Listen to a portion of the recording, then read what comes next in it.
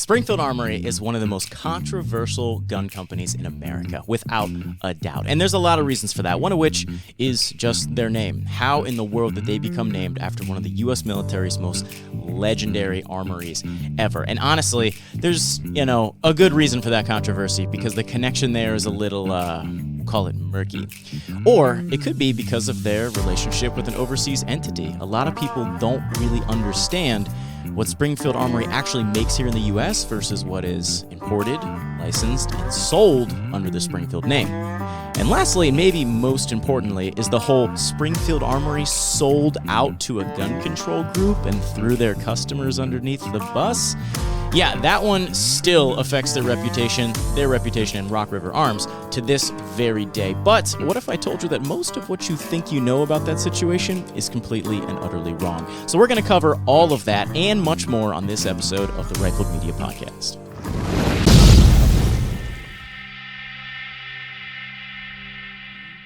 Two, one.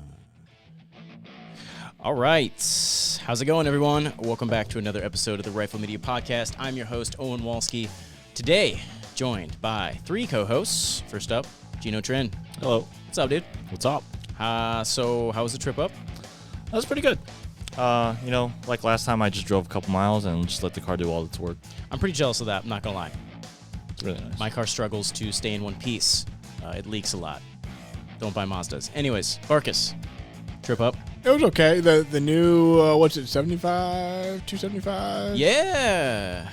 Nice. Give it some time. It'll fall apart and be shitty like the rest of Michigan roads. It's nicer than the one-lane road it used to be. God, thank God that's over. Joshua. Oh, yeah. It's good.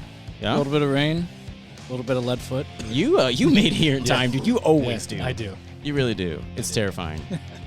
All right, so we're going to jump right into this. What do you guys think of the Springfield Armory, or Springfield Armory in general? I like what they're trying to do with like the 2011 platform. They're making it more accessible to everybody because it used to be paywalled. With Staccato doing their thing, and then all your higher end like Nighthawks, Atlas. It's really, you're gonna have to start jumping into the deep end if you want to get into that. To or be have honest, deep pockets. That is the best way I've heard that put. It's paywalled. Like they were paywalled for a long time. Yeah. And I mean, not that it's still not significant amount of money, but yeah, it's quite a bit less for sure. Barkus, your thoughts on Springfield Armory? I'm curious on this one. I have three of them. Do you really? Oh, 1911s though? Well, see, that's the thing. They need to stay in their lane. Ooh, so you do know a little bit about Springfield Armory. Well, I mean, let's be honest. From what I've heard, yeah. We'll get into it. What's their polymer? You can just say the import company. The XDM. Yeah. Whatever prior XD 2000, S2000 or HS 2000. I'm told good gun. Really? Yes, I'm told from people who shot the original ones, good guns. Okay, cool. After Springfield put their magic in it, piece of shit. Magic in it, huh? Like I have from a first-hand source. They were giving a ported Springfield Armory gun to T&E. An XD? An XD. By 3,000 rounds. The Springfield Armory had not figured out the barrel timing on the slide, and the flames coming out of the barrel were starting to cut through the ports on the slide. What if I told you that Springfield Armory had nothing to do with any of the internal manufacturing of those guns whatsoever?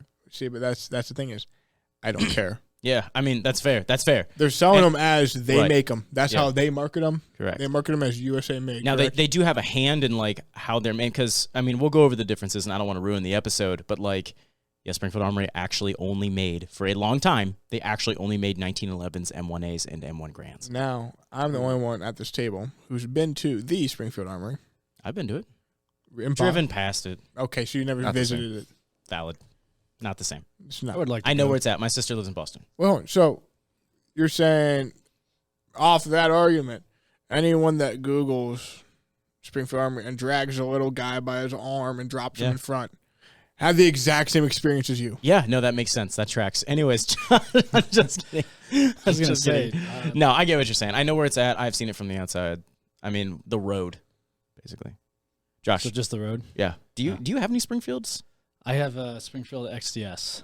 You have an XDS? Yeah. Let me guess. 9 45 AC, 9 mil. 9 mil. Man after my own heart. So do I. Yeah. I have a gray one. It's my favorite. It's one of my favorite carry guns. I love it. Yeah. I love piece. the thing. So you're pro Springfield Armory?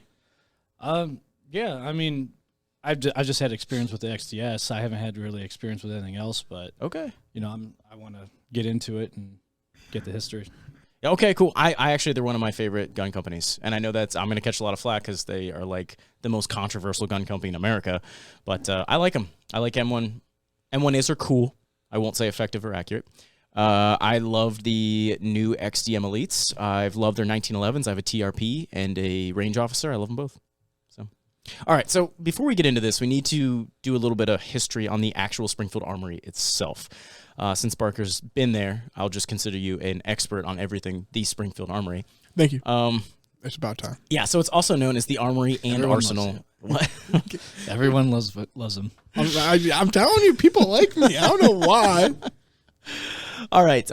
The United States Armory and Arsenal at Springfield was established in 1777 and is still located in Springfield, Massachusetts, but didn't produce weaponry until 1794 because old George Washington didn't want to be reliant on foreign-made weapons like he was during the Revolutionary War. I believe the French, right? No idea. You're the expert. On kidding. the World War. Just No, kidding. I thought the French hooked us up with guns, but I know during They're the our biggest allies at the time, right? Yeah. Yeah, I think so. I think they also. I I think think we took them off a bunch of dead British guys as well. That's true. There's probably someone screaming at their car right now, phone screen. It was the Germans or something. I don't know. The Germans. Yeah. Anyways, between 1777 and 1794, it was just a storage facility for weapons and ammunition for the Revolutionary War.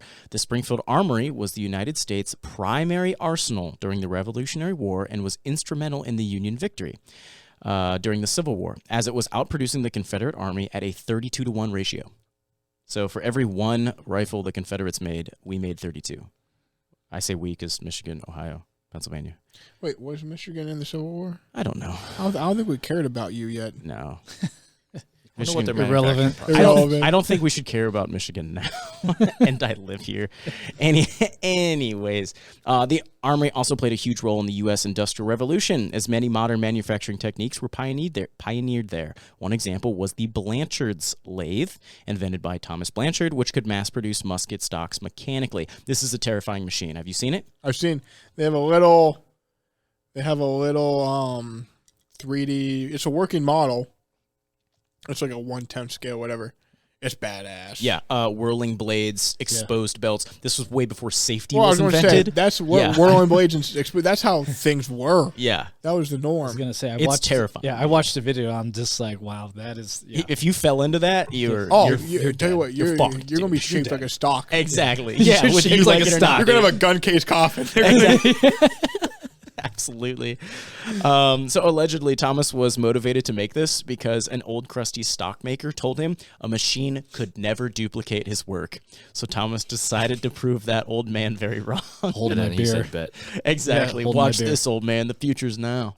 Another big advancement in manufacturing was the idea of mass production. Mass production wasn't necessarily new at this time, but the process of focusing on mass producing individual parts to exacting specifications was. This allowed for faster final assembly, better quality control, and easier repairs in the fields.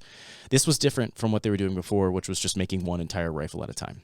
So you had problems with like quality control. Like Jack was better than Bill, unless it was Friday, or if Dave was hungover, right? Like now it was all the same. Quality control at the Springfield Armory was paramount, even going so far as to have each worker involved in a manufacturing process put his own identifying mark on the part.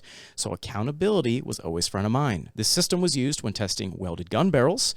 The barrels were filled with an extra large charge of powder, and in the event of a failure under firing, the responsible welder was fined the cost of the part and testing process. What if this happened where you worked, Barker? If something broke, the person involved had to pay for it. Worked where? Like if someone built a battery or a harness where you're at, and it went into a car and it burnt the car down, they had to pay for the car. Oh, I was thinking like the jet engine company. Yeah, okay, that same thing. You know, a like whole plane goes The down. whole plane goes down like an F-35, and Yeah. they chase it back to Jim Bob with a camel light hanging out of his mouth. Like, you're out. How much did the F-35 cost? Oh, several million. How about the lives millions. on the plane? yeah, At least like, the like knowledge. 300 I million. was going to say the It's about- helmet for the F-35s are millions of dollars because it's a heads-up display all in the helmet. So hundreds of Google millions. VR. Yeah. Yeah, No, Basically it's that, Apple but- VR. Yeah, yeah. that's what they just came out. Yeah, the new Vision Pro. So yeah, it'd be today at my current job. I don't know, because then the problem is you'd have a bunch of people shaking like a dog shitting razor blades trying to put a harness together. It would change things. It would production would go down. Oh yeah, people would quit and go be farmers or something. Yeah, I don't know. or teachers. Sorry, I don't mean to talk. I'm not talking bad about farmers. They hold up America. I'm just Sure, or and teachers too, I guess. Yeah. Anyways, yeah. When I used to be a mechanic, I mean, you know this. Your name's tied to the car you work on, and every once in a while, a car would come back into someone else's bay, and they'd be like, "Hey, Owen screwed this up," and sometimes management would find out about it. Not good. Oh yeah. So, anyways, the Springfield Armory produced several legendary military firearms, such as the 1903, the M1 Garand, and the M14. Remember, this is where Bill Ruger got his start in the firearms business. Was out the Springfield Armory. We have an episode on Bill Ruger. I highly recommend. They went right on producing guns up until the M16 was adopted. Yes, that's right. The M16 was the gun that ruined everything for Springfield Armory. I'm sorry, the Springfield Armory, as it had many synthetic or plastic parts and was built very differently than, say, an M14. After some thorough evaluation, it was determined that it was too expensive to retool the Springfield Armory to produce and manufacture a gun like the M16. The government then outsourced production of the M16 to Colt, which was able to make the M16 at a much lower cost. The government was then convinced that outsourcing weapons manufacturing was the future and an efficient way to save cost. So in 1968, the government shut down the Springfield Armory for good. Damn those kids and their plastic guns. Mm-hmm. Yeah, that surprises me. You think it'd be cheaper and easier to make than an M14, but...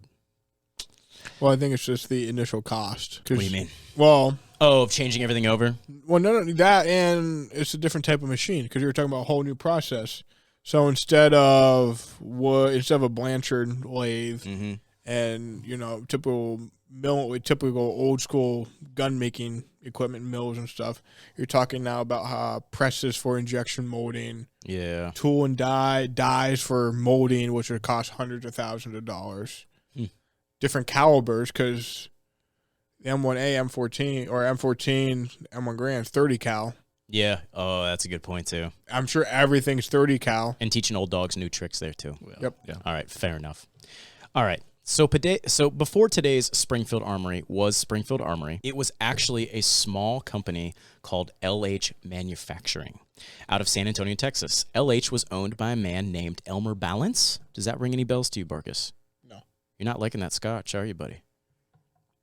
I'm not going. It doesn't pair well with the. It burns. I had a jalapeno burger for lunch, and the jalapenos are burning my throat, and now the scotch is burning my throat. Yeah, that's a $175 bottle of scotch, by the way. Oh, So you and better you give it to a drink guy who can't taste. Yeah, that's okay. It's all right. Just drink it. That's what I'm doing it. Anyways, do you know Elmer Balance? No. That name doesn't sound familiar? Okay. That surprised me. So the history here is pretty murky, but I was not able to find out exactly when Elmer started his business or exactly what he did there. But I do know for sure that Elmer was the man who invented, designed, and built the M1A. And apparently his M1As are legendary for their quality and are worth a lot of money. This is funny because there wasn't a ton of sources on Elmer, and I found on a forum with a bunch of old dudes, I found his actual phone number. Somebody put his actual phone number in the comments section of a forum and was like, yeah, I called him the other day. He's doing great. He answers the phone, said he was sitting around drinking beer and talking bad about the government. And I was like, you guys, you're going to screw this guy. But this was like back in 2011, so. Did you call it? I thought about it. I would have done it. No, that's what you're missing out on is that's how things were done back in the day. Yeah. It's someone I've been scrolling through Sniper Hide's forum, and people will post like, hey, this guy's old school. He doesn't do the internet. Here is his mailing address, and here's his phone number. Give him a call. He might be able to help you out with this XYZ service. And this was bleed over. This was bleed over from people who didn't understand how the internet worked and thought, oh, I'll put his phone number out. That's fine. Yeah. That's what they thought. I almost put the number in here, and I was going to call it while we were doing the show. I wouldn't. But I did not. I don't think he's still alive. I found evidence, and there's a bunch of people named Elmer Balance in Texas, believe it or not. But the only evidence I could find that he was still alive was in 2012. That's it. Opportunity missed on. Yeah, no, I agree. But you could tell, like, it was old people using that forum, and poor Elmer probably got blown up after that. Anyways, Elmer was very smart. He started making his own custom M1As when they were made from surplus M14 parts from the actual Springfield Armory. So he decided to rename his company Springfield Armory to capitalize on the name and associate his rifle with the actual Springfield Armory. The history here, again, a bit murky, but I believe this to be 1971 when he started using the Springfield Armory name and producing original M1As. So let's be clear. For everyone, the M1A was never made by the actual U.S. Springfield Armory. Now, the M1As that Elmer built were made from leftover M14 parts, but they were named, developed, and manufactured by Elmer. The funny thing is, today's Springfield Armory wants you to think differently. If you look at their company logo, it says in the bottom of that circle, since 1794. That's a load of shit. Well, that's just marketing. Exactly, but it's false marketing. Yeah. Like, they were never around in 1794. Never. But, I mean... They don't make any of the guns that they made in 1794. How many people care? Me. One. I'm just saying, it's misleading, and they're leaning on that, in my eyes, you lead on anything to make money. Fair. It's for clout. Yeah. Clout. Fine. Yeah, that's all that is. Disagree. I think it could be dyslexia, because they actually became the Springfield Armory themselves in 1974.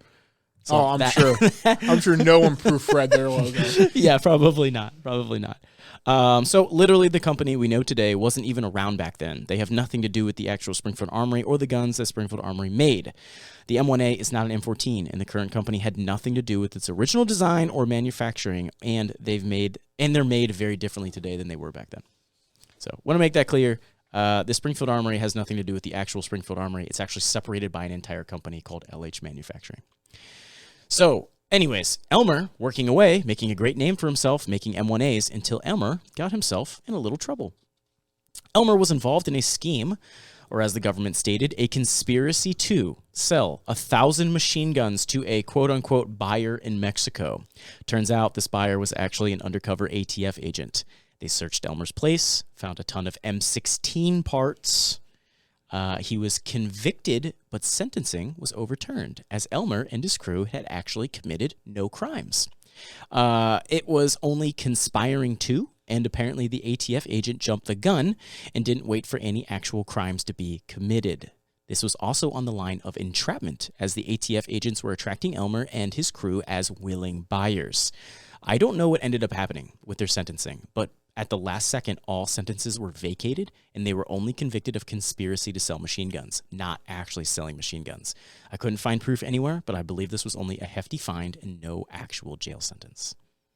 Can you imagine that? The ATF setting a trap and then poorly executing it? What? Well, no, didn't they? It's funny you mentioned it. Yeah, I think there's something else in history like that too, right? Wasn't there like a whole movie series named after the ATF selling the cartel machine guns? No, I think they had Paul Walker in it. That was Fast and Furious. Fast and Furious. Yeah, That's what you're thinking of. Family, bro. The fam. Isn't there a city in Texas called like Baco or Laco or something? I've never heard of it. You've never heard of that? No. Anyways. I'm sure the ATF's a stand-up organization that wouldn't make any mistakes or do anything stupid against the American public. Anyways, full breakdown of Elmer's lawyer. Full breakdown of the appeal from Elmer's lawyer is online. Pretty odd. The evidence they had consisted of only one M16 upper receiver that the courts considered a machine gun. By the ATF's own definition, not a machine gun. So again, I think that led to why everything was overturned at the last minute. So needless to say, Elmer was in a tough spot. He had lost a lot of business and had to pay large legal fees and a fine. Elmer was now looking to liquidate his business and sell all the assets. This is where the current owner of Springfield Armory comes into the story. Meet Bob Reese and the Reese family. Bob Reese is who originally purchased Elmer's company and all its assets.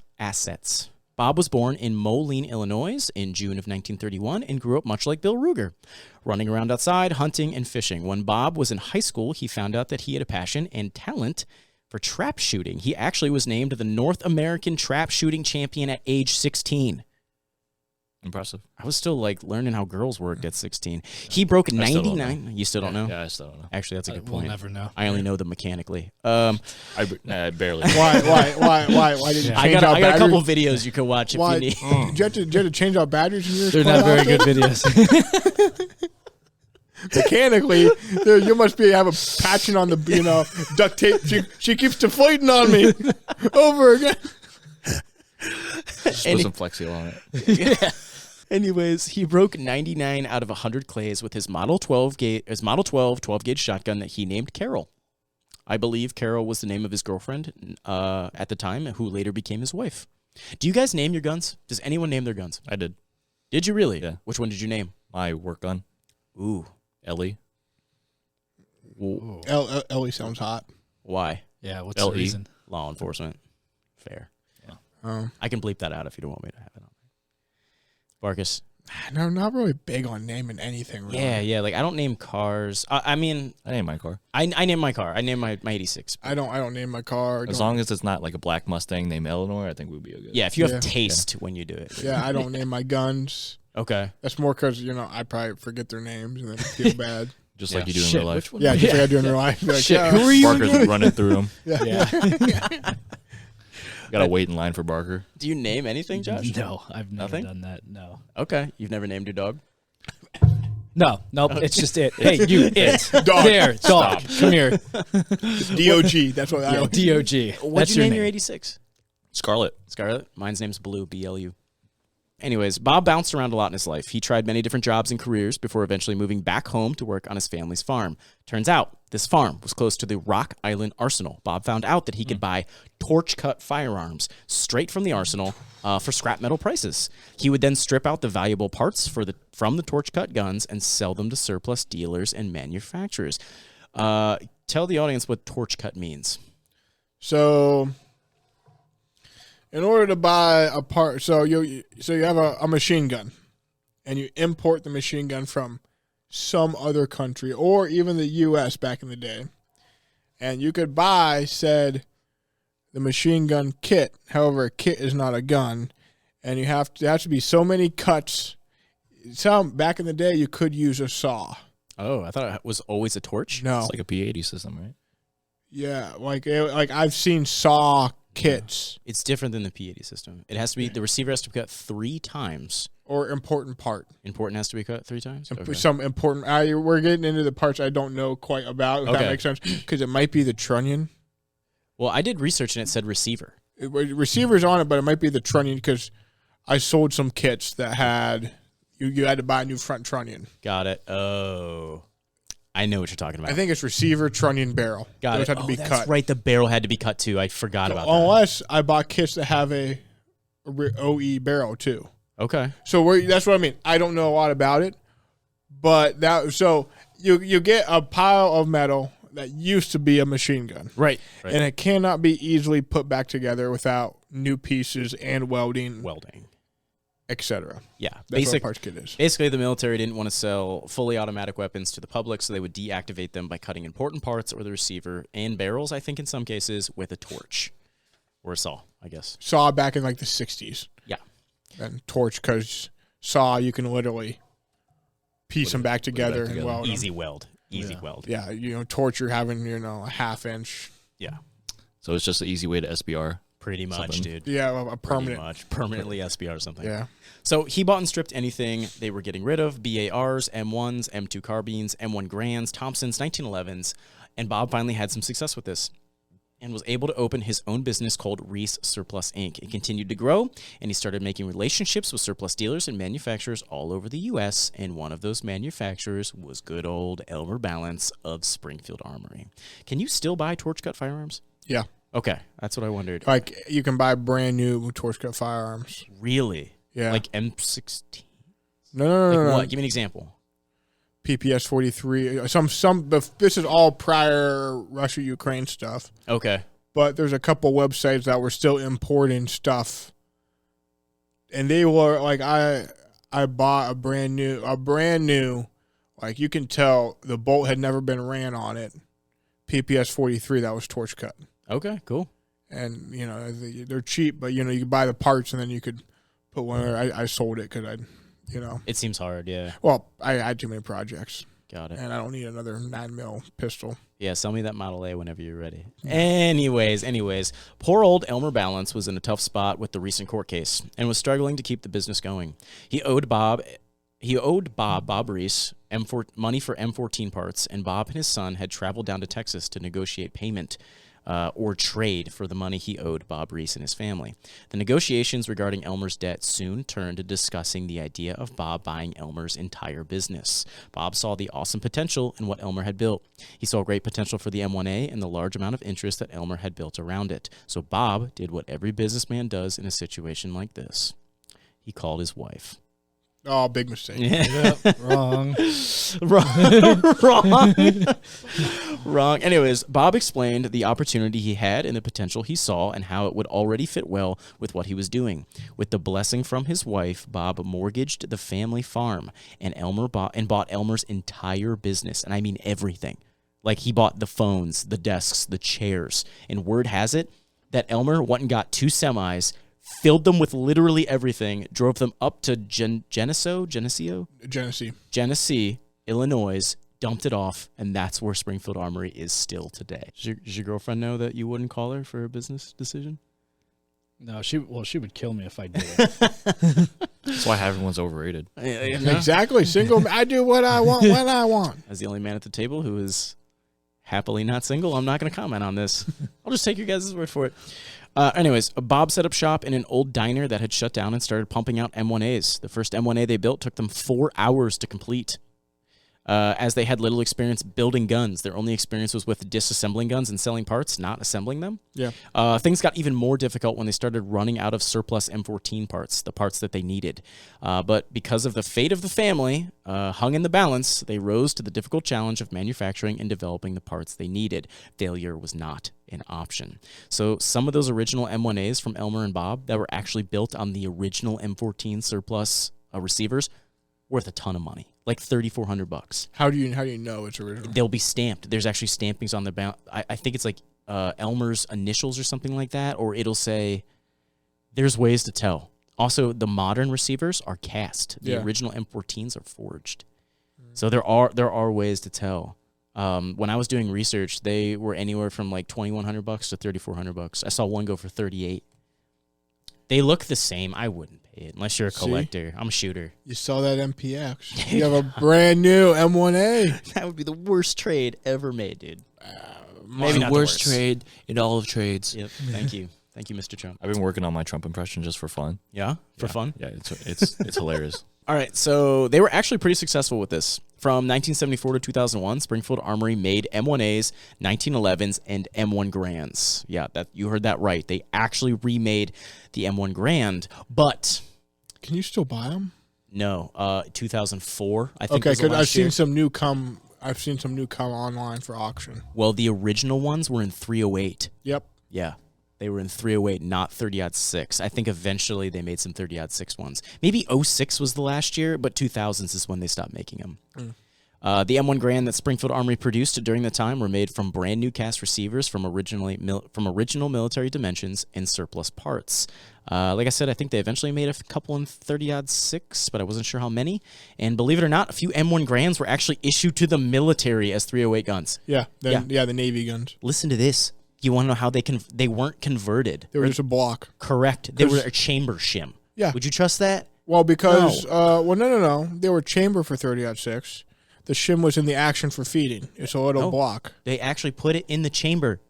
They actually put a piece in the chamber. I forget what it's called. What's it called? A spacer. No, I'm sorry. Chamber insert. There was a chamber insert for 308 that they would put into the 30-06 barrels. I don't know if that's true. No, that's 100% true. I saw pictures. I've handled these guns. I'm sure some of them, the Springfield Armory ones, were probably chambered in 308. But the ones that were issued to the military from surplus, from arsenals, had chamber inserts.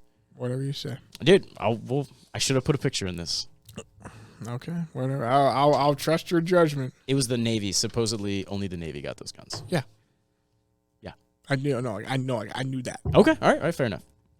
So Springfield Armory grew significantly throughout this time, but those 3 guns were all they made and most of what they sold until 2001, when the XD was officially introduced to the U.S. market.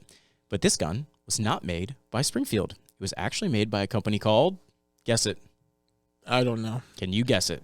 Not at all. Can you guess it? Mm-mm. Do you know what day of the week it is, Josh? No. All right. It cool. is. It's Czechoslovakian, isn't it? Ooh, close. No. They're all the same over there. What the?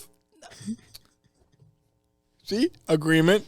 Josh, he's agreeing silently. He doesn't want to say anything. Hey, I'm from over there. My people. No, you're not. Yes, From Hungarian. Alliance. Yeah. Hey, don't be putting personal information on there, Gino. Anyways, it's Alliance, Michigan. Alliance, Michigan. That's right. I think right. there is an Alliance, Michigan. Well played. It's from Alliance, Pennsylvania. Anyways, the company's name was HS Product. Product is spelled with a K, though. Instead of a C, they use a K. Have you ever heard of HS Product? Well, I've heard of HS 2000. Yeah. So HS actually stands for, the XD started out as the HS 2000. And HS is abbreviated for Hrvatski Samorkriz. There you go. Which means Croatian pistol in English. Oh, it's Croatian. Croatian, yes. Those croats. Tomato. Croats? Is that what they're Wait, called? they're right next to Czech. They both start with C. Yeah, they're not the same. They both speak the same language. You're right. Do they? And for this argument, they do. Sure. Fact checks. Yeah, Fact check. yeah. Hey, Fact no check one's that. fact checking Fact here. check us in the comments if Croatia and Czechoslovakian speak the same language. They both wear baklavas. Yes. Barkas famously got baklava and balaclava confused. No, recently. I knew It's they an were inside different. joke. I Yeah. knew they're different. I didn't care. Got it. The same thing. Some alcohol was in the equation at this point. Anyways, the HS-2000 was the third pistol the company had ever made and was a derivation and improvement of two other pistols they made prior, the PHP and the HS-95. HS Product is headquartered in Croatia and was started in 1991. They started importing their pistols to the United States in 1999 and by 2001 entered into a licensing, not manufacturing, licensing contract with Springfield Armory. Springfield rebranded and remarketed the HS-2000 as the XD. Do you know what XD stands for? External dimensions. Extra dumb. I like both of those. Dumb. So, question. Extreme duty. Extreme. While we're duty. shitting on Springfield Armory's pistols, Jesus. Question. So Yeah. you're saying Springfield, the XD started in America, just like Benelli started with H and K. The XD started in Croatia. Give me a sec. You don't Sorry. let me fucking. Just swear to God, I'm gonna slap the shit out That's of why you. people like him better. Oh my god. Yeah, because I don't interrupt. So you're saying, because like when you see a new, if you see an old school Benelli, it would say HK or what, Benelli imported by HK. Yep. You're saying essentially that's how the XD started. Well, it wouldn't have said imported. Actually, it might have said imported. It will say HS. It will say HS Product Croatia on it, but it will also say Springfield Armory as the seller. I forget how it works because it's a license, not an import. So it's licensing for sale. under Oh, Springfield just like Armory. you see a bunch of BB guns licensed Right. by H whatever. and K didn't sell those guns per se. They were sold by Benelli, but they were imported under H and K's Contract thingamabob. paperwork, import license for firearms. I understand. So it might be the same, but it doesn't say imported by HS Product or imported by Springfield. It says Springfield Armory manufactured by HS Product. So I was not able to find out exactly why Springfield, a very American and smaller niche company at the time, ended up with a Croatian firearm manufacturer who made plastic guns. I have a theory as to how these two companies got together. My theory is, I have a theory. Surprise, surprise. It has to do with everyone's favorite asshole, now deceased, Gaston Glock. R.I.P. Rip. A real one. I thought you were going to say that Feinstein lady. Feinstein lady? No, I don't know. I am pretty neutral on Gaston Glock. I know more about him than the average person. Wasn't exactly a stellar individual. Anyways, Glock, the company, was on a meteoric rise in the 1990s and early 2000s. This pushed Smith & Wesson to start pumping out hot plastic garbage like the Sigma and Sig Sauer to design and release the Sig Pro, a polymer hammer-fired gun that's actually pretty awesome. You ever handled a Sig Pro? No. They're actually pretty I nice. almost bought one back in the day. They're good guns, good triggers. Anyways, they released the Sig Pro in 1998. I believe that Springfield Armory was looking to expand and or stay relevant with the changing gun market and didn't want to spend massive sums of money to develop, design, test, manufacture, and then market a new polymer handgun. Remember, Springfield Armory at this time made 3 guns based off of military designs and specifications. They really didn't reinvent the wheel or make anything new. They simply slightly modified what was already made. Not a bad idea at all. I'm not talking shit. I'm just saying making a new handgun out of plastic was probably a big challenge, and that was out of Springfield Armory's wheelhouse. Also, all of your cost is in the engineering on figuring out how to build something. And they probably didn't have it. They probably didn't have the engineering. That or the money. You save tons of money for a decent, and from what I'm told, they were decent handguns. Yeah, the OG ones. How many people do you know their first gun was an XD and loved them? Etzler, my buddy Chip. Those are two people. And I know lots of strangers that I don't know their names that are like, oh, it's the first gun I ever bought. It's always an XD, compact, and 40. A lot of first guns that I see are a Hellcat or Glock. Really? Yeah, those Hellcat? Yeah. That surprises the hell out of me. Anyways, so my theory is this small, no-name overseas manufacturer who already had a working polymer pistol probably looked like a great company to partner with. Springfield would slap their name on it and basically be instantly in the polymer-framed gun business, and HS Product would have greater access to the very lucrative U.S. gun market. Today, according to HS Product, they are second in gun imports, but that source was HS Product themselves, so I would take that with a massive grain of salt. Well, I mean, because I think Taurus imports, right? I think they're still made in Brazil. Yeah, that's what I thought, most of them. I don't know, though. I'm not sure either. It just surprises me that they're that high up. Number 2 for imports. Yeah, but when you think about it, who's your biggest competitor? Taurus, Brazil. Yeah, so they're number 2. So, or let's say Taurus number 1. They're number 2. Think of any big. Benelli. Ah. It's Italian made.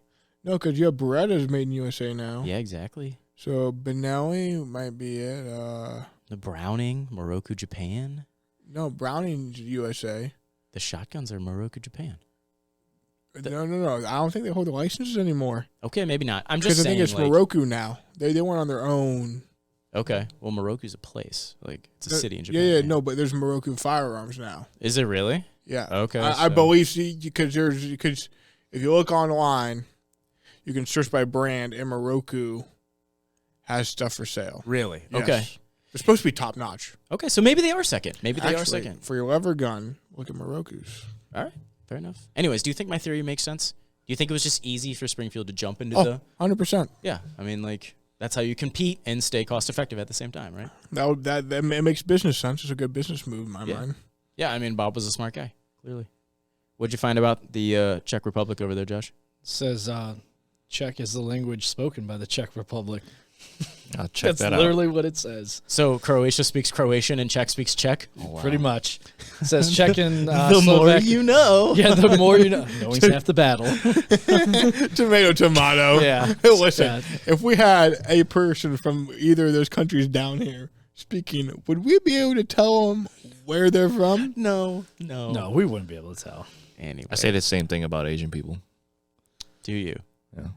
I can't tell. We all look the same. We're all... I don't know to laugh or not. I'm like, what do I say here? Do I make the jokes I want to make? Do I shut up? What do I say about that? Yeah. Yeah. I enjoy being gainfully employed. Anyways, so while I was doing research on HS Product, the Croatian company, I found out that Springfield basically exists in an alternate universe. If you type in HS Product with a K, .hr, you will access an alternate universe where all of Springfield's polymer-framed guns exist under different names. The XD is called the HS9, and surprisingly, doesn't have grip zone plastered all over it. It looks way better. Way better. The XDM is called the SF19. It even has SF on the grip instead of XDM. The XDS is the S7. The Hellcat is the H11. The Hellion is called the VHS rifle. I've heard the VHS. Yeah, they actually look way nicer than the Springfield imports. They really do. That's all I found. I did not find the XDE, which is discontinued, by the way. Oh, darn. But was definitely made by HS Product as well. I also did not find anything out about the Echelon, but stamped on the slide of the Echelon is the cross cannons with the HS Product, Karlovac, Croatia, written in it and below it. So I would guess that's also an HS Product design as well. Yeah, so I would say a safe bet is anything made out of polymer is likely an HS Product design, and anything made out of metal is an actual Springfield Armory. I was not able to find where the Prodigy. I believe the Prodigy is a Springfield Armory U.S. made gun. It would make sense. It would. 1911. It would. They're a powerhouse for sure. Yeah, so that means if you want an actual Springfield Armory that's actually made by Springfield Armory, you would have to buy something made of metal, like the SA-35, the M1A, any of their 1911s, the 911, also discontinued, an AR-15, or a Waypoint rifle. That's all Springfield Armory actually makes. Everything else is imported. I will say it's a good deal for HS products, too. Because Hell yeah. all they have to do is make stuff. Yeah. They don't want to deal with marketing in the U.S. They don't got to deal with legal issues in the U.S. They don't got to deal with... Yeah. So, I don't know. It's a good choice. It really is. What do you think of the XD series? Have you ever shot one, Gino? I think I've shot either 1 or 2 back in college. I didn't like how they felt in hand. They have a high hand-to-bore axis. Yeah. That bothers me. Also, like, the farther the sights are away from my grip seems to mess with me. I don't know why. Barkus, you a fan? No, not really. They have the recoil of a SIG P226 with any of the other benefits of a SIG P226. All right, I think that's fair, actually. High hand-to-bore axis, yeah. Yeah, and I don't know. The only reason I didn't pick one is because they don't have the aftermarket support. They don't have the secondary market support of used holsters or whatever. They make grip tape for the trigger for the XDs. Wait, do they seriously make grip They tape? seriously do, Why do you man. want grip tape on the trigger? I have no idea. Somebody What's that makes gonna it. do? So that blows your argument of no aftermarket support out of the water.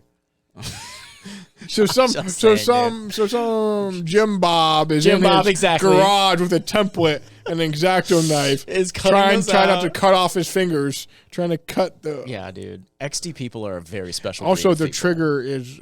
Do they have a trigger safety? Yeah, they got a dingus. Yeah, but I think it's shit though. It's mushy. The front sights, I've seen them have to be machined out of the slide. Yeah, but is that good or bad? They don't move. Consider I've pulled new Rugers out of the box and the front sight has fallen out.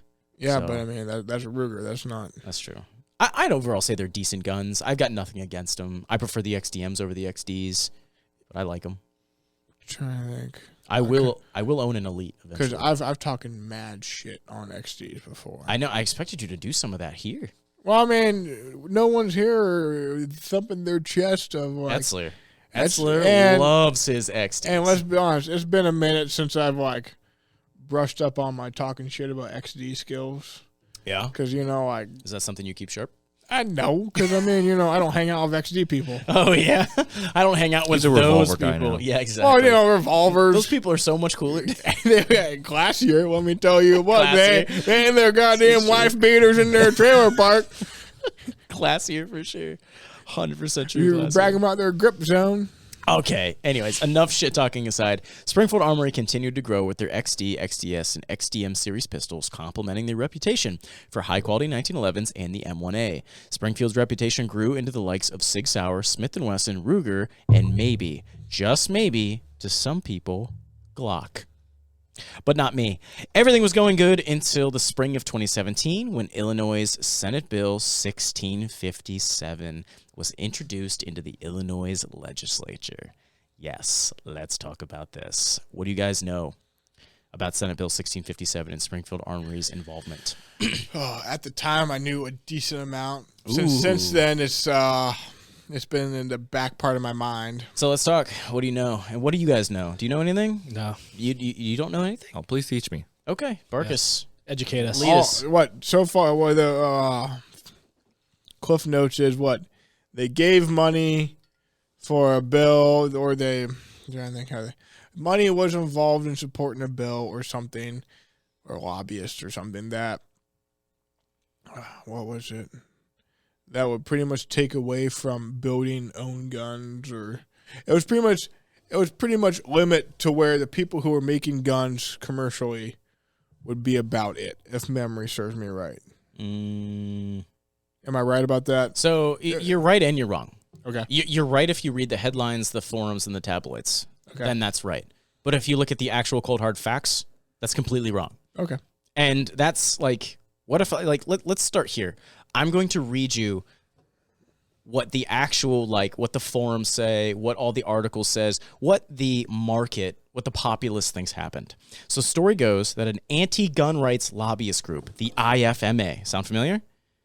It's honestly, the acronym sounds like something out of a cheesy movie of like Okay. a villain or something. Okay, fair you know, enough, fair like- enough. So the IFMA stands for Illinois Firearms Manufacturing Association, run by a man by the name of Jay Keller, and funded by Springfield Armory and Rock River Arms, worked with the sponsoring senator of Senate Bill 1657 to have special carve-outs or exemptions for Springfield Armory written into the bill. This bill would greatly affect the average gun owner and was essentially throwing the entire gun community under the bus while they got to roam free of any of the legislation in this bill. Does that sound right? That sounds right. It's starting to ring bells. What if I told you just about every single part of that was wrong? You see, but I don't care. Yeah, well, neither do people who buy XDs because I don't think they can read super good. So He's calling me illiterate and questioning my sexual preferences. You see that? anyways, so let's start off by summarizing what SB 1657 actually states. SB 1657 states that it is unlawful for a person to engage in the business of selling, leasing, or otherwise transferring firearms without a license issued by the Department of Financial and Professional Regulation. Can't privately sell guns. You can't privately sell guns now under federal law. Honestly, that whole thing just sounds like a big money scheme. That means you can't engage in commercially transferring guns without a license. But what is commercial? According to them, more than 9 guns a year. And according to the federal government, they've upheld convictions of more than 1, in some cases 2. Yeah. So I So mean, technically, it gave you more leeway than the federal government does. you're not knowing how the government works. I have actual court cases here. I do know how the government works. No. Okay. Terribly. Let's say it would have passed. All right, or whatever. Okay, let's say it would have passed. Then what happens? I don't know. What happens? I'm swear to God, I'm gonna piss on you while you're sleeping I tonight. did that on purpose. So It's if going to you be on our OnlyFans, by the way. Yeah. Yes. Yeah. Rifle Media OnlyFans. Subscribe now. Link in description. a quick. Gino's on tonight. Yeah. Anyway, let's say 5 guns is the limit per this bill. Cool. Federal government's 1 gun. Yep. What's going to happen is, and you sell 6 guns. Yep. You're going to charge federally for that 1 gun. Then they're going to tack on the state of 6 guns or whatever. So really, they're just making you a double whammy of 2 felonies right off the bat. Yep. Yeah. So what's your lawyer going to tell you to do? Don't get caught. I don't know. No. What do you think a lawyer would tell you to do? Plead. Plead and take 1. Fair. Take 1 felony. Yeah. So instead of taking 0 felonies, they're getting you with 1. That's how the legal system pretty much works, right? Okay. Fair enough. So I mean, if it would have passed, then they're just having a bunch of people. Yeah. You're not wrong about that, but the thing And is, are you supporting this? Is Rifle Media supporting no. anti-gun bills? Oh, it's anti-gun? Does the Is bill ban the manufacture of, sale of, ownership of? Sounds like communism in a can. No, like trust me. Trust me. I like this comes full circle here. But like, is this gun control? Sounds like it. Sounds like gun control financially. Okay, so before financially, there you go. That's dead on financially. I know. I'm always dead on. So the bill anyways, the bill does not ban the manufacture of, sale of, ownership of any firearm that hasn't already been banned by Illinois' idiotic leadership. It only states that you need a license from the state to sell, lease, or transfer firearms. This is similar to an FFL issued by the government to engage in the business of selling, leasing, or otherwise transferring firearms. Wait, who leases guns? I think ranges. Some ranges will lease you guns for hunting. And like because the leasee, the owner of the or movie prop masters. okay, yeah, things like that, yeah. Okay. So, all right, one notable point here is that Illinois had an exemption for those transferring less than 10 guns a year, which everyone freaked out about. But federal courts have upheld convictions for dealing without a license for as few as 2 or even 1 based on some factors. So technically, this gave you a little more freedom than the federal government did because state law trumps federal law normally. Normally, not in all cases. There was even an exemption for those liquidating all or part of a collection. A collection is defined in the bill as 2 guns or more. So you could sell more than 10 guns a year and say, I was liquidating part of my collection. So that's what a lawyer would tell you to do. You're getting rid of some of your collection. Anyways, all things written into the bill. So here's the question. Knowing what you know and what the bill is about, what was this actually gun control? How do you define gun control? You're asking, how do you define gun control? How do you define? I mean, like, I have the definition here, and I have what I think. And let me make this, like, very, very clear. This is unnecessary, unconstitutional, and literal extortion. But, like, literally, this is extortion. Contrary to what you were arguing. I'm arguing that Springfield Armory, like, the media and the community as a whole, blew this out of proportion. That's my argument. I saw this as. I did not see this as. Well, because now that I remember, back when I first saw it, I did not see this as Springfield Armory funding moms demand action or whatever. Yeah. I saw this as a calculated business move by Springfield Armory to try to limit the amount of sellers. Oh. But when you're in the business Springfield Armory is, because we talked about like Palmetto State Armory. I've seen a interview by the guy. He's like, I could make a lot more money. He said, but I don't because I want people to be able, I want people from all walks of life to be able to afford the Second Amendment. Mm-hmm. I feel like Springfield Armory was like, wait a second. Do we care about people affording the Second Amendment, or do we want to make a lot more money? And that was just a secondary effect of it was affecting, it could be viewed as anti-2A, if that makes sense. Okay, so who were they cutting out? The customer, the FFL holder? They were cutting out, the argument could be made, because now we're talking about what ifs or whatever. The argument could be made that they were cutting out the middleman selling guns to someone else. To who? Citizens or whatever. And who would be the middleman? An FFL holder? Either a FFL or non-FFL holder. Okay. Does that make sense? Okay. Non-FFL holder. Okay. Yes. So let me ask you this. Does Springfield Armory sell to the public or non-FFL holders? They don't. So if they voted for a law to screw over the FFL holders, they would essentially be saying, we no longer want to make any money in Illinois. Yeah. Why would they do that to themselves?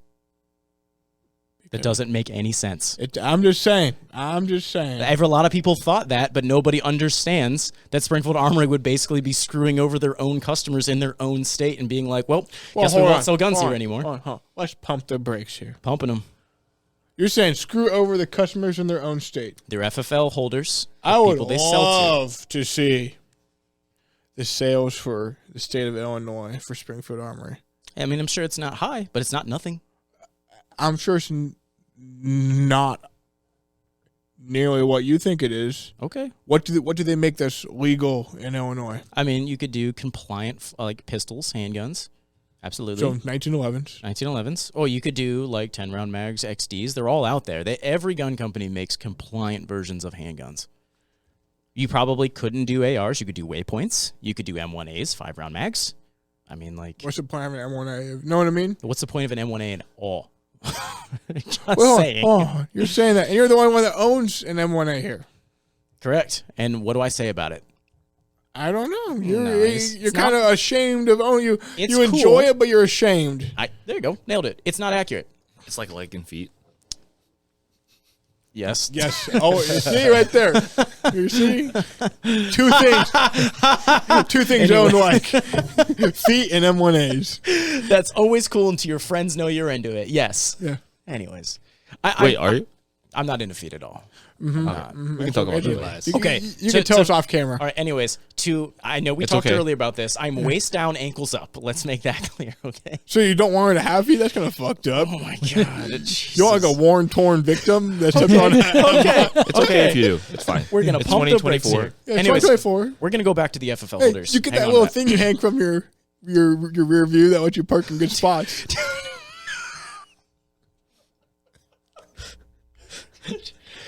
That's all he cares about. Is that why you date those girls, Owen? That's fucked up. He wants the good parking. You want the good parking. I'm fatter than you, and I park away. Those are people. Those are people. I was wondering why we parked so close to REI. Yeah. They're You guys are people. the worst people. They're people. They're not parking spots. Yeah. Okay. God, I'm gonna I can feel my face getting red. I can see it. Because he's embarrassed because it's true. He's Yeah. like, I'm not into handicap chicks. I need to rethink my life. Anyways, I have the definition of gun control right here. It's any law that regulates the sales and use of firearms. Does this bill do any of that? My official answer is maybe. I mean, it did. I can see it in a very construed way. Same here. I think maybe. It was certainly a way for the state to make extra money and take additional income from the FFL holders, which is unnecessary, unconstitutional, and literal extortion. It is. Secondary argument. I Go just for it. thought of this. If you take a guy who doesn't have FFL but is selling guns, even any guns, he might. The argument could be made by Springfield Armory in a big board meeting. He could be taking away sales from the FFL holder who is getting Springfield Armory guns.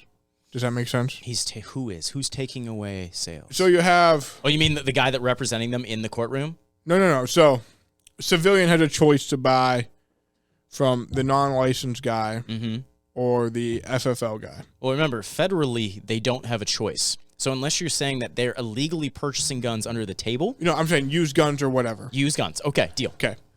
So Citizens has a choice to go to the FFL dealer or buy a used gun from this guy. Right. Well, we know that Springfield Armory doesn't sell guns to the public. Right. So the citizen could go buy a used gun at non-FFL guy. Right. And by doing so would take away a sale or a potential sale from the FFL guy who sells Springfield Armory. Only if you bought more than 10. No. And buyers aren't the problem, it's the sellers. No. But you know what I mean? If you have 10 buyers. Yeah, that's true. You then, by taking away the guy who sells used, Yeah.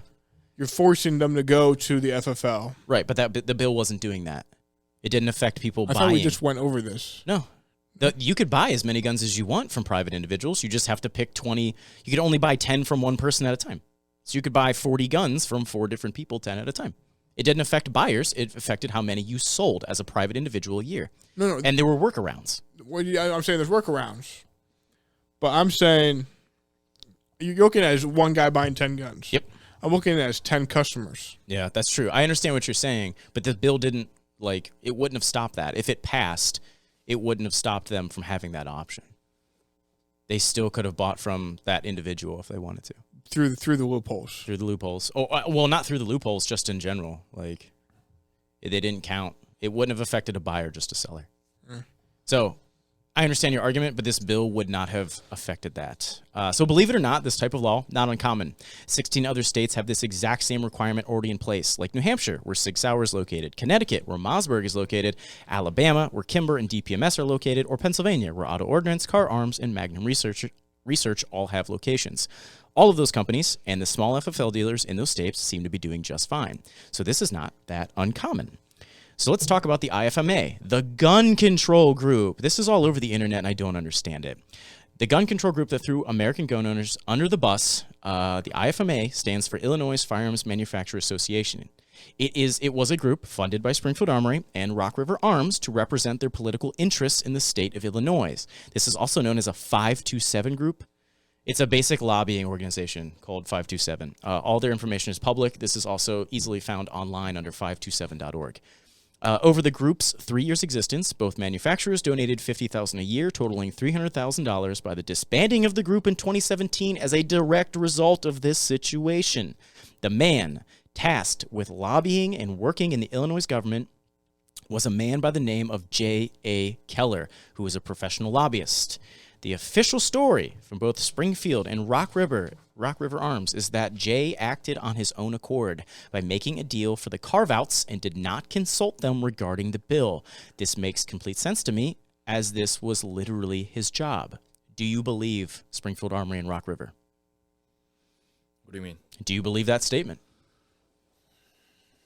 I don't really know. Barkus?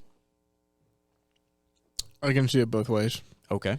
I can see it as they did not, and it's Okay. a genuine statement, or I can see it as you're the CEO of Springfield Armory and you point at your publicist and said, find us a scapegoat to get us out of here. Okay.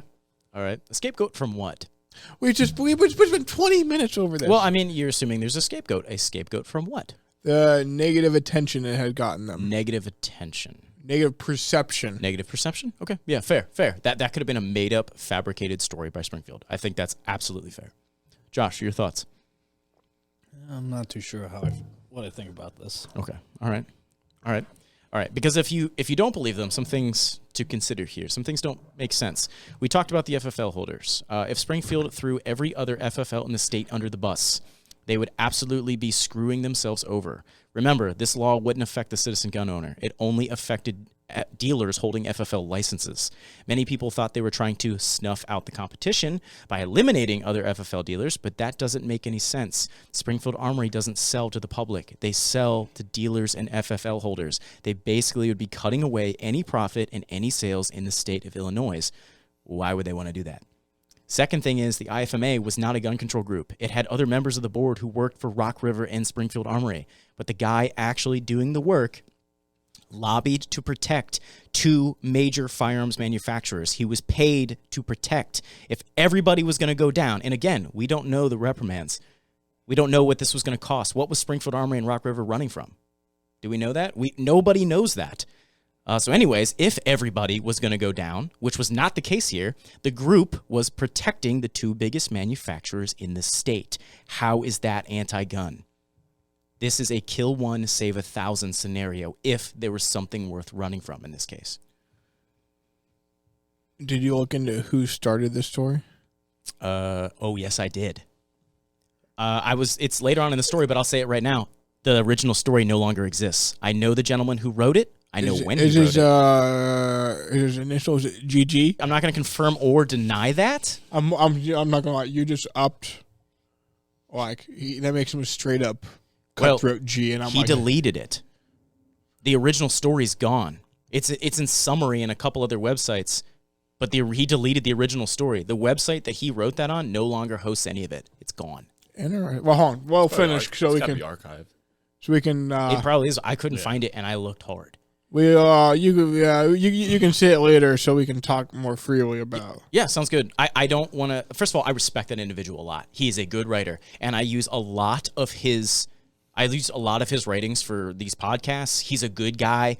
I mean, I'm sure he had his reasons, and he may not have known what we know now at the time. We're talking about two different people. Are you sure? I think Gaston Glock. Yeah, no, I was like, Gaston Glock released that just to get a market. That's what I was thinking when you said GG. Yeah. I'm like, yeah, I was like, he released that story. What a marketing genius. I think it's JG. Anyways, it's me. I know, Josh. Well, I won't say your last name on the air, but yeah, I believe Springfield Armory. I believe Rock River. It wouldn't have been in their best interest at all to hurt their own customers, the FFL holders, especially in their own state. And honestly, I believe this to be the real reason they essentially fired Jay Keller or dissolved the IFMA. But more on that later. So let's talk about the carve-outs. Remember, there were carve-outs? No. Where the bill wouldn't affect them? That was the original thing. They threw everyone else underneath the bus so they could protect themselves. Well, the carve-outs actually happened. The carve-outs were there. They were in the original bill that stated under Section 15, Paragraph 11, that exemptions would be held for entities licensed as manufacturers to transfer to dealers and other manufacturers and importers. So basically, anyone who manufactured firearms could transfer them to dealers without having to be licensed by the state. This would include Springfield Armory and maybe Rock River, as they do not sell to the public. FFL holders do transfer to the public, thus requiring them to pay the tax. Go ahead. I could see this from a state government perspective of they still want that tax money. Yeah, that's what it was about. It was about tax money. Yep. So keep that in mind. Again, what is Springfield and Rock River worried about? Why would they want to get out of this bill so bad? Nobody asked that question. All I know is it fueled my hate, and I still feel fueling off of it. See, that's the thing. Like that was the huge deal. Like everyone just wanted to hate. Nobody asked any questions. I don't know if it made me hate. It made me verify I made the right choice. You made the right choice. How? Springfield Armory didn't do anything wrong, and you still haven't told me why they didn't want to be part of the bill. What do you mean? How I bought a Glock. I cared about my life. Okay. I had an IQ above 75. But was this situation the reason for it? Because there were people who pulled Springfield Armory off the shelves. They were like, well, I'm not selling. They're selling people out. Like, selling them out to who? And why were they selling people out? Who can tell me why they were selling people out? Nobody can say it. Nobody can tell me why. I'm just trying to think of like the answer doesn't exist. I'm trying to think of like some marketing genius who like work for their competitor of like Colt or Smith or Glock. Maybe. And they're like, listen, wire this guy this much money and throw this article out there. I'm just thinking of what gun company is that cutthroat to be like. Well, who's their biggest competitor at the time? I would say probably Glock. And who is the most G to do that? Definitely Glock. Fuck yeah. yes. I don't think he had anything My people. to do from this. But You I never mean, know like, that. Listen. He just died. He can't defend himself. he couldn't defend himself. Actually, he could defend himself. He beat the shit out of a man who had a mallet and was trying to kill him. But not now. okay. No, they ain't fighting on the ground, okay? Yeah. Anyways, but I want real answers from you guys. I want you guys to take a second and tell me why Jay Keller lobbied to save Springfield and Rock River from this. Tell me why. Oh, why? He lobbied? Why? He was paid to. Paid to do what? They paid him to lobby for them, right? Why would he lobby in this case? That's What his job. made He's him lobby? professional, right? Yeah. But what was it going to cost? We answered the question. Why was it going to cost? What was it going to cost Springfield Armory? What was the reason? Like, Jay sits through all of those things every day for Springfield Armory. What made him act that day? What was he saving Springfield Armory and Rock River from? What was he saving them from? Because there isn't a single article bashing Springfield Armory online that has that answer.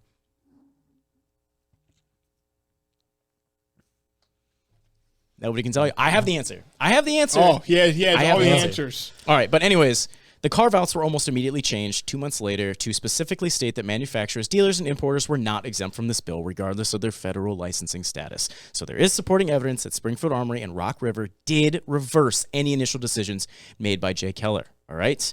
I personally think Jay was fired. He was fired and the group was dissolved because Jay likely didn't understand how the firearms industry worked and voted to essentially harm Springfield and Rock River's business in Illinois by supporting something that hurt their customers, the FFL holders. I also think this was a fairly large publicity stunt to gain back loyalty from a largely misinformed and easily manipulated community of gun owners who really didn't understand the situation, who the IFMA was, and what the bill even stipulated. So unless you were selling guns underneath the table illegally in Illinois, this bill wouldn't have affected you, and it wouldn't have mattered anyways because you're doing things illegally. It wouldn't have affected you at all, outside of maybe very slightly higher prices at the local gun counter. Maybe. You want to know how I know? Maybe? Because it happened anyways 2 years later. Yeah, that's right. In January of 2019, the Firearms Dealer Licensing Certification Act went into effect. No one freaked out. No one boycotted anyone. Nobody went out of business. Nobody pooped their pants. And nobody did anything. Instead of making a 5-person group to oversee the licensing, they went through the state police, stretching them thinner and costing them more money. A lot of complaints from the state police on this. The cost of the licensing is $300 to $1,500 a year, and this act pretty much read the same as SB 1657 with a few exceptions. I rest my case. Jay Keller wanted to save Springfield Armory and Rock River $1,500 a year. Do you think Springfield Armory gives a shit about $1,500? Definitely not. How about your mom and pop gun shop? Do you think they give a shit about $1,500? They might. Yeah. They might. And that's where you might see the price increase. I have a question for you. I have an answer for you. Do you give a shit from like here up?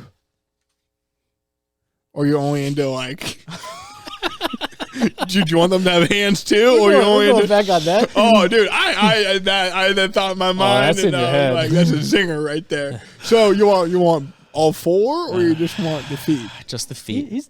Just the feet. I'm going to make a t-shirt that says just the feet and read it and wear it on the next episode. All right, anyways, to finish this up, essentially Springfield and Rock River had their reputations tarnished by forums and editorials blowing this out of proportion for clicks, likes, and attention. In fact, the original article on the original website on this matter has been deleted and can no longer be found, although it exists in summary on other sites.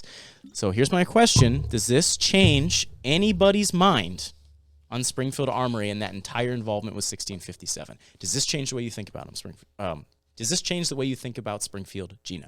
Not really. Did you think poorly of them to begin with? I was never really a fan. I think I was just I was so Glock biased that Springfield never really crossed my mind until I even considered like the 1911 platform. I think that's fair. I really do. I like Glocks a lot, and they just get diluted with all the other choices out there. They don't stand out. Except for the Prodigy and the Echelon. Those are two guns and the SA-35. I'm really interested in that. Why the Echelon? It's a Glock. I like the way it looks. Okay, fair enough. Yeah. Barkus, does it change your mind on anything? No, because it never really. Just like Gino, this is what, 2017? This is. You grilled me on this. You don't even know what fucking year it was. It was 2019. Is this 1917 when you saw it? 2017. No, I think this is 2017. Yeah, that's when I know was it 2017? Yeah. So by then, 2017. yeah. Spring 2017. So we graduated 2017. Correct. Yep, I remember all this. So I'd already bought guns by then, handguns. Mm-hmm. So I was already Glock biased. So it made me more chuckle and be glad that I didn't buy Springfield. Okay. Other than that, it was because once you're in a camp, you're in a camp. That's what I found. Yeah, I think that's fair too. Because I will die on this hill that all the guns do the same thing. Yeah. But it's once you have a holster and mags that fit everything. Mm-hmm. The gun is only one piece. Once you change the gun, then you have to get a whole new system. It's better to just stick with one footprint and change it. You bring this up like every episode. 'Cause and it's I true. agree. It's a good point. It is a solid point for sure. Because whether you're P320, XD, what you call, do the XD share mags between the compact and all that other stuff? Yeah. So XD, Glock, 2011. whatever. 320, M&P, M&P, Ruger whatever. American, Yeah. maybe. But I mean, you know what I mean? Once you have that system, Yeah. you're not going to spend, call it $2,000 to switch out the incomplete system. No, I hate that. That's why I have that Blackhawk Omnivore, because it works with anything I have two own. systems. I have a Glock system, and I have a 1911 system. I have Glock, M&P, No, but I 320. mean, I've got a bunch. I have 20 mags, Glock, 20 1911 mags, Mm-hmm. holsters, mag carriers. Yeah.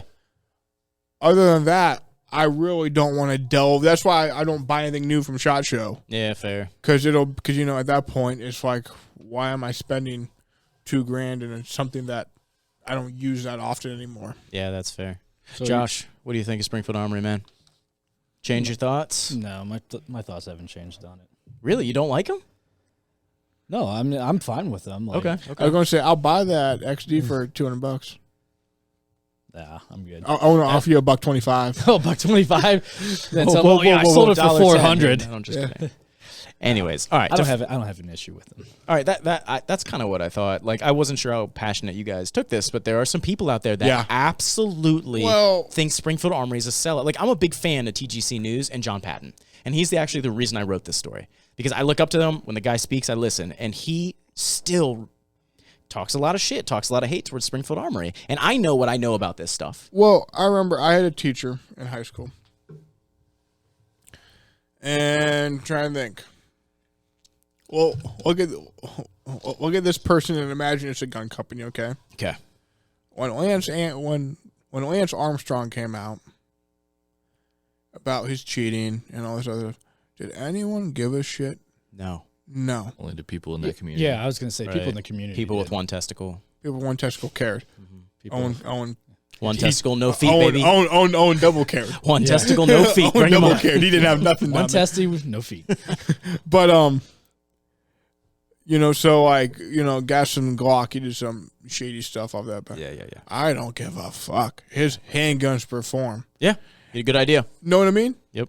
It's I mean, you're not gonna have there's no such thing as a perfect person, perfect company, whatever. no, but I mean, you know what I mean? It's people just- who use the product. They don't give a fuck. Yeah, I mean, the reason why I decided to include this part of the story, if you Google search Springfield Armory, the first thing that comes up is Springfield Armory donated to gun control group. Not true. Never been Is true. that utterly on false. Is that on GlockTalk.com? Likely? Yeah, probably. Like, it's on that type of stuff. Wherever the original Gecko 45 originated from. It's on yeah. Glock Talk and then like Sig Talk and then Something like that. all Every the- other people who are every other biased. forum Yeah. besides Springfield. Yeah, linked on. All right. Anyways, so I'm interested, like, It makes sense. It makes sense what you said. Me personally, it never changed my mind. I looked into it deeply when it first came out just because I was still in the industry at that point and wanted to be able to like sell and talk and speak with people about it. And I knew a lot of this already. So I was like, oh, this doesn't matter. This was a stupid tax that nobody gave a crap about to begin with, and I let it go. But yeah. Were you able to actually like influence anybody's decision? No, like, but I no. The people that came in, again, like people who don't read and don't educate themselves on things, like they're stuck in the mud harder than anybody else. So like I had people be like, no, I don't support that company at all, and would like they just take the first thing they hear, and that's like exactly that's the headline. That's the word of God. Headline people. Yeah, they read the headline. Yep. That's the truth. Yep. So, anyways, Bob Reese, the owner, the guy who began the Springfield Armory that we know and love today, passed away in 2019. Springfield Armory is now run by his son, Dennis Reese, who was there when his father, Bob, purchased the company from Elmer back in 1974. While the legacy of the original Springfield Armory lives on in its iconic firearms like the 1911 M1A and the modern iteration of Springfield Armory carves its own path, balancing tradition with adaptability, whether praised for its commitment to American-made quality or critiqued for its reliance on overseas partnerships. Springfield Armory remains a dynamic player in the gun world. Only time will tell whether the spirit of the musket-clanging arsenal persists within the chrome and plastic of today's Springfield Armory. One thing is for sure, their story is far from finished. Closing thoughts. You want to buy an XDM? Not really. Okay. I'm on Barker's side. Like, I have two guns that I like and enjoy, and then I just don't want to start up a new platform. Yeah, I think that's really fair. That's why I love revolvers, because it takes away the mags and the mag carriers. That's true. All you need is a holster. Yeah. Okay. Good point. Josh, you have an XDS. You're gonna buy an XDM? No, I mean I like my XTS, but I really haven't got to the point yet where like I've grown to one particular platform. So I guess I'm kind of still in that stage where I'm looking for something to go to and stick with. You're partial to those Berettas, aren't you? Because you were trained on them. No, not on the Berettas. You should rock Really? you should check out the Beretta 92X. 92X. That's on my list too. The or the whatever the single action only is. Alex has one that he gave on loan to a buddy as a pawn, and I've been trying to get it off of him. If you push enough, I'm sure you could get it. All right. Anyways, thanks for tuning in to this episode of the Rifle Media Podcast. We really appreciate you being here. Don't forget to like and subscribe.